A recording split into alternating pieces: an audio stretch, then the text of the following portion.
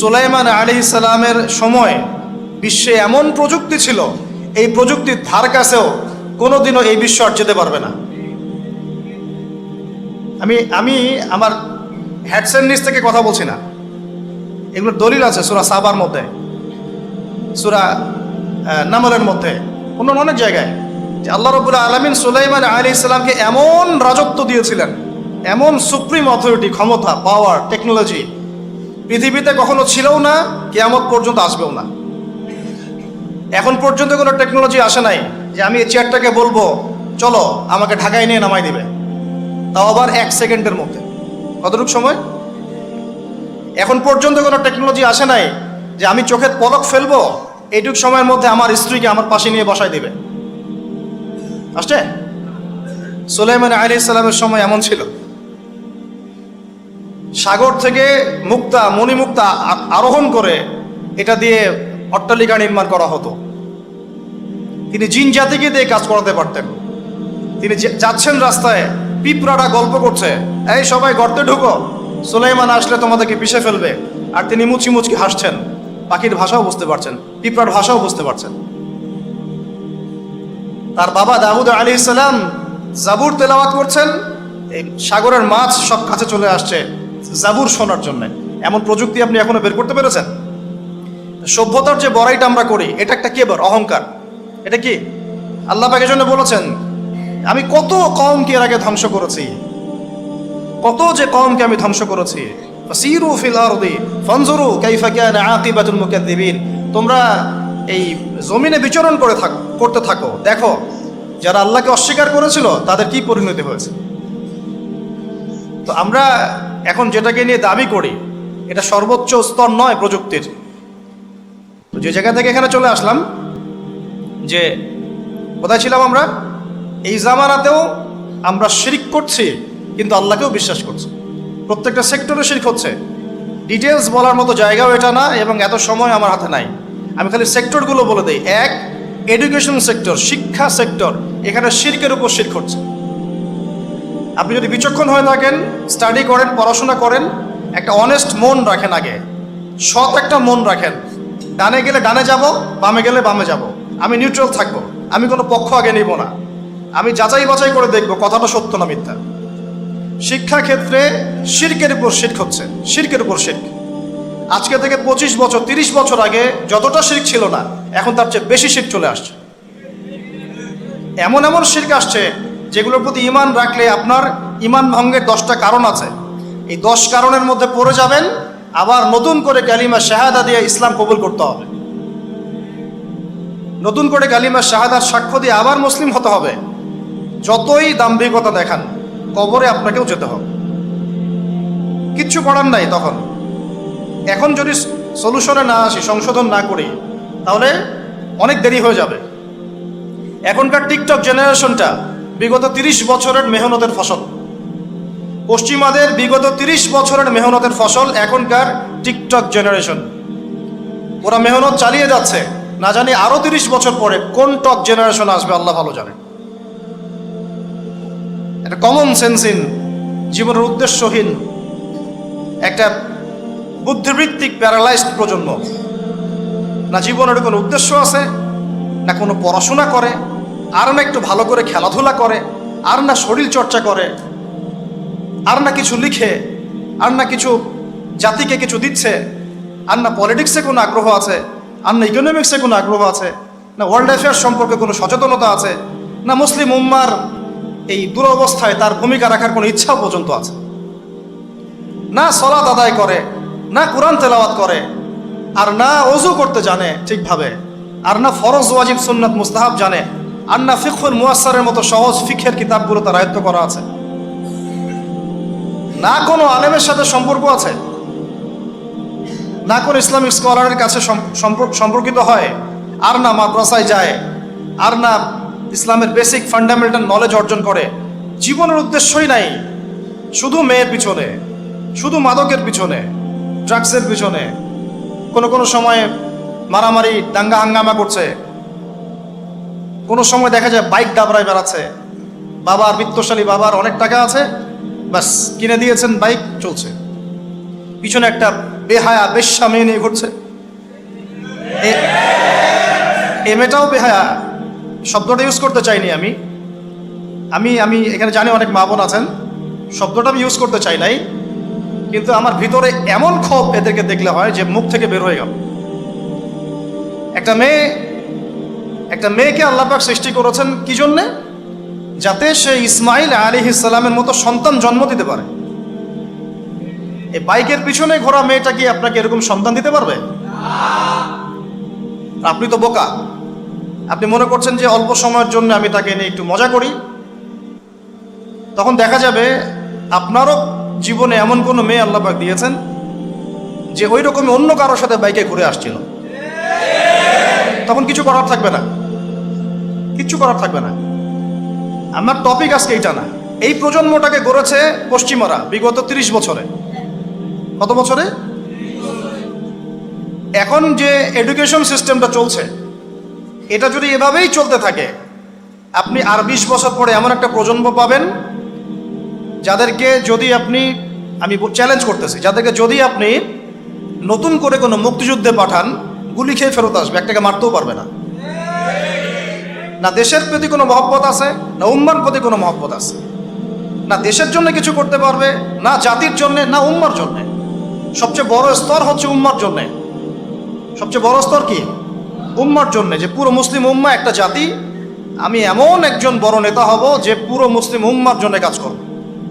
এই যে চেতনা, এই জাজবা, পরিশ্রম, অধ্যাবসায়, একটা ভিশন, একটা প্যারেন্টিং, একটা কনস্ট্রাকটিভ সিলেবাসে পড়াশোনা করা, তারবিয়াত, প্রশিক্ষণ, এই ধার কাছেও নাই জেনারেশন। আমরা ঢাকায় দেখি মানুষ খালি খাচ্ছে আর খাচ্ছে, সবাই বসে খায়। ফাস্টফুডের দোকান হাজার হাজার হাজার হাজার, সবাই মেয়ে ছেলে একসাথে বসে খায়, চটপটি, ফুচকা, বার্গার, পিৎজা, খাওয়াই যাবে এদের কাজ। রাস্তায় ফুটপাতে পাটি বিছায় বসে খাওয়া দাওয়া করতেছে, সবাই খাচ্ছে, গল্প গুজব করছে, গোল গোল হয়ে বসে বসে মোবাইলে কি জানে করতেছে, গোল হয়ে 10 জন বসে আছে একসাথে। যেই মুহূর্তে ধরেন যে মুসলিম উম্মার একটা অঞ্চলে একটা বোমার আঘাতে 500 জন শিশুকে হত্যা করা হয়, ওই মুহূর্তে বসে সে হাসাহাসি করতেছে। ওই মুহূর্তেও তার কোনো ফিকির নাই, নামাজের সেজদা একটু দোয়া করব, আমি আল্লাহর দিকে ফিরে আসি, ওগুলো অনেক দূরের কথা, বাদ দেন। শুধু এতটুকু ফিকির, আচ্ছা আমি দুনিয়াতে আছি কেন, আমি দুনিয়াতে এসেছি কেন? এক সময় তো আমি ছিলাম না, আবার এক সময় আমি থাকবও না। কেউ এসে চিরস্থায়ী হতে পারে নাই, তো আমরাও পারবো না। তো আল্লাহ পাক আমাদেরকে সৃষ্টিটা করলেন কেন? আমার কাছে আমার রব কি চান? আমি যদি না থাকতাম তাহলে আমার পরিবার চলতো কিনা, আমার সমাজটা চলতো কিনা, আমার শিক্ষা ব্যবস্থাটা চলতো কিনা, আমার দেশটা চলতো কিনা, এই বিশ্বের ঘূর্ণন চলতো কিনা, আর্নিক গতি চলতো কিনা, থেমে যেত? উত্তর না। আমি না থাকলে আর্নিক গতি থামতো না, আমি না থাকলে কি আমার পরিবার থেমে থাকতো না, আমার সমাজ থেমে থাকতো না, এই মসজিদ থেমে থাকতো না, এই রাজনীতি থেমে থাকতো না, অর্থনীতি থেমে থাকতো না, দেশও থেমে থাকতো না, উম্মাও থেমে থাকতো না। তাহলে আল্লাহ পাক আমাকে কেন সৃষ্টি করলেন? আমার কি রোল আছে এখানে, আমার কি ভূমিকা? এই এতটুকু চিন্তা করার মতো আমাদের জেনারেশন আমরা পাচ্ছি না। আপনারা ফোন বের করে ছবি তুলতেছেন, ভাবেন এগুলো নিয়ে। আমাকে দিয়ে কি করবেন? আমাদের তো কিচ্ছু করার নাই এই কথাগুলো বলা ছাড়া, এই কথাগুলো বলা বা সচেতনতা তৈরি করা ছাড়া আমাদের হাতে কিছুই করার নাই। Not at all, absolutely nothing, কিচ্ছু করার নাই। এইসব ফ্যান্টাসি দিয়ে লাভ নাই। আপনাদের মধ্য থেকে জেনারেশন তৈরি করতে হবে, আপনাদের মধ্য থেকে আলেম তৈরি করতে হবে, আপনাদের মধ্য থেকে কারি, হাফেজ, দাঈল আল্লাহ এবং উম্মার নেতৃত্ব প্রদানকারী জেনারেশন তৈরি করতে হবে। এইসব চেয়ারে বসে কয়জন? সারা বাংলাদেশে হয়তো 50 জন, 100 জন। এই 100টা মানুষ ইউনাইটেড না, তারাও বিক্ষিপ্ত। 16 কোটি মুসলিমের দেশ বলছেন, 16,000 দলে বিভক্ত। এর মধ্যে সবচেয়ে বিশুদ্ধ যেটাকে আমরা মনে করি, সেখানেও দেখবেন যে আরো 10টা 20টা দল হয়ে বসে আছে। এর বাইরে গিয়ে আবার যারা বললো না তারা বিশুদ্ধ নয়, আমরাই সবচেয়ে বিশুদ্ধ, ওদের মধ্যেও 10টা দল হয়ে গেল। না তারা ইউনাইটেড, না তারা মানে আমরা, না আমরা ইউনাইটেড, আর না আমাদের কোনো আমিরুল মুমিনিন আছে যিনি সবাইকে একটা জায়গায় নিয়ে দিনের কিছু খেদমত নেবেন, আসসালামু আলাইকুম থাকবে, শুনলাম মানলাম আনুগত্য করলাম, এমন থাকবে? নাই। না কোনো ইকোনমিক বেস, না কোনো স্বতন্ত্র মিডিয়া, না স্বতন্ত্র প্রযুক্তি, না কোনো স্বতন্ত্র মানে পলিটিক্যাল প্ল্যাটফর্ম, কিছু না। অনেকেই দৌড়াচ্ছেন পশ্চিমাদের তন্ত্রমন্ত্রের পিছনে, এইটাও নেক্সট স্রোতে ধোকা খাচ্ছেন। আমি আমার কথা স্পষ্ট করে বলে দিলাম, এটাও নেক্সট স্রোতে ধোকা খাচ্ছেন। এটা তাদের জন্য শোভা পায় যারা ধর্ম এবং রাজনীতি আলাদা করে চিন্তা করেন, যে ওইটা একটা জিনিস এটা একটা জিনিস, সে তার মতো রাজনীতি করছে। এটা তাদের জন্য শোভা পায়। যাদের কাছে কোরআন আছে, যাদের কাছে হাদিস আছে, নবীর সুন্নাহ আছে, তারা যখন এই ড্রেনের মধ্যে নেমেছে তখন ইসলামের খেদমতের জায়গায় ক্ষতিও বেশি হয়ে যাচ্ছে। কোনো কোনো সময় কিছু কিছু বেনিফিট হয়তো আপনি পাচ্ছেন, মনে করছেন এই অল্প অল্প বেনিফিটে হয়তো অনেক কিছু হয়ে যাবে, ভুল ধারণা আপনার। একটাই উপায়, একটাই মানহাজ, একটাই পথ পদ্ধতি, নবী সাল্লাল্লাহু আলাইহি ওয়াসাল্লামের সিরাত। নবী সাল্লাল্লাহু আলাইহি ওয়াসাল্লামের সিরাত তার জীবনী, এই জীবনী আমাদেরকে শেখাবে কিভাবে ইসলাম শূন্য থেকে একদম আসমানে উঠেছে, কিভাবে ইসলাম একদম শিকড় থেকে শেকড়ে গিয়েছে, শেখাবে সিরাত, নবী সাল্লাল্লাহু আলাইহি ওয়াসাল্লামের জীবনী। ইয়াং জেনারেশনকে জিজ্ঞাসা করেন কতজন পড়েছে সিরাত। ওইখান থেকেই আপনাকে কথা বলছিলাম, ওই যুগটাকে কেন জাহিলি যুগ বলেন, এত কেন টিটকারি করি, এত কেন তাকে ধিক্কার দেই? কারণ ওই যুগে শিরক ছিল,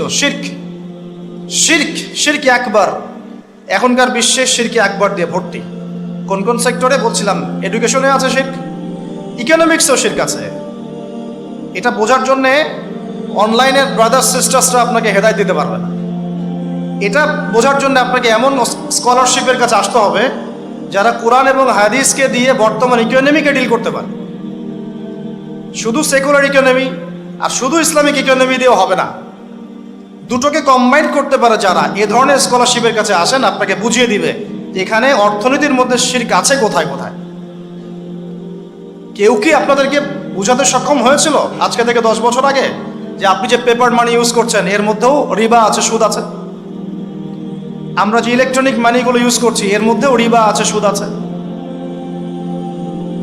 রিবা মানে কি? রিবা সমান সমান নিজের মায়ের সাথে সেক্স করা। আর কোনো ভাষা আমার কাছে নাই। আমার কথাটা আপনার কলিজার ভিতর দিয়ে ঢুকে একদম মগজ দিয়ে বের হয়ে যাওয়া উচিত। রিবা, সুদ ইজ ইকুয়াল টু নিজের মাকে বিয়ে করা, নিজের মায়ের সাথে ব্যভিচার করা, নিজের মাকে বিছানায় নেওয়া, নিজের মায়ের সাথে সেই কাজ করা যা আমি আমার স্ত্রীর সাথে করি। এটা আমার কথা না, এই কথাটা বলে গেছেন আপনার নবী। আমার নবী না বলে আপনারই নবী বললেন। আপনার নবী, আল্লাহর হাবিব, আল্লাহর সবচেয়ে পছন্দের বান্দা, যার জন্য আল্লাহ মাকামে মাহমুদ রেখেছেন, যার জন্য হাউজে কাউসার রাখা হয়েছে, যাকে আমাদেরকে দেখানো হবে, যিনি আমাদের জন্য সুপারিশ করবেন কাল কিয়ামতের মাঠে। তিনি বলেছেন রিবার পাপের 70টা শাখা আছে। কতগুলা? তার সবচেয়ে নিচের শাখা হলো নিজের মায়ের সাথে জেনা করা। আউযু বিল্লাহি মিন যালিক। সর্বোচ্চ পাপ কি? তাহলে সূরা বাকারার 279 থেকে পড়া শুরু করেন। আল্লাহ পাক বলছেন সর্বোচ্চ স্তরটা কি? রিবার। 1, রিবা সমান সমান আল্লাহর সাথে যুদ্ধ করা। 2, রিবা সমান সমান তার রাসূলের সাথে যুদ্ধ করা। পুরো বিশ্ব এখন আল্লাহ এবং তার রাসূলের সাথে যুদ্ধ করছে। পুরো ওয়ার্ল্ডটাই, এখনকার এই যুগ, এই জেনারেশন। আইয়ামে জাহেলিয়াতের সুদটা ছিল শুধু মক্কায়, হয়তো একটু মদিনায়, হয়তো একটু আরবের জাজিরার মধ্যে, এতটুকু জায়গায়। এখন পুরা গ্লোবালাইজেশন হয়েছে এবং সবাই আমরা মাশাআল্লাহ নাউজুবিল্লাহ কোনো না কোনোভাবে সুদভিত্তিক অর্থনীতির সাথে জড়িত আছে। ফেডারেল রিজার্ভ ব্যাংকের আন্ডারে, ওয়ার্ল্ড ব্যাংকের আন্ডারে, IMF এর আন্ডারে যত সেন্ট্রাল ব্যাংক আছে কেউ সুদমুক্ত থাকতে পারবে না। আপনি গভর্নমেন্টকে দোষ দিয়েন না, গভর্নমেন্টকে দোষ দিয়ে লাভ নাই, কিছু করতে পারবেন না। শিরকের গোড়া হচ্ছে এখন ওই পশ্চিমা শক্তিটা, একদম শিরকের গোড়া, তাগুতের গোড়া, যত শয়তানি অন্যায়ের মূল গোড়া এই জায়গাটা। আর এরা এমনভাবে ইউনাইটেড হয়েছে, এবং ইউনাইটেড নেশনস তো ফর্ম করেছে 1945-এর পর থেকেই, এমনভাবে ইউনাইটেড হয়েছে, এদের স্বার্থটাই হচ্ছে পশ্চিমাদের জয় জয়কার যেন হয়, মুসলমানদের ম্যাসাকার যেন হয়। এটাই তাদের ভিশন ছিল। এই ভিশনে বিগত 100 বছর থেকে আমরা হাঁটছি আর কি। এটাই জায়নিস্টদের ভিশন ছিল। এরা কারা? এরা ইহুদি খ্রিস্টানদের মধ্যে একটা জাতি, একটা গ্রুপ, যারা এই ওয়ার্ল্ডটাকে রুল করতে চায়, শাসন করতে চায়। এখনো চোখে আঙ্গুল দিয়ে দেখাতে হবে যে তারা ওয়ার্ল্ডকে শাসন করছে।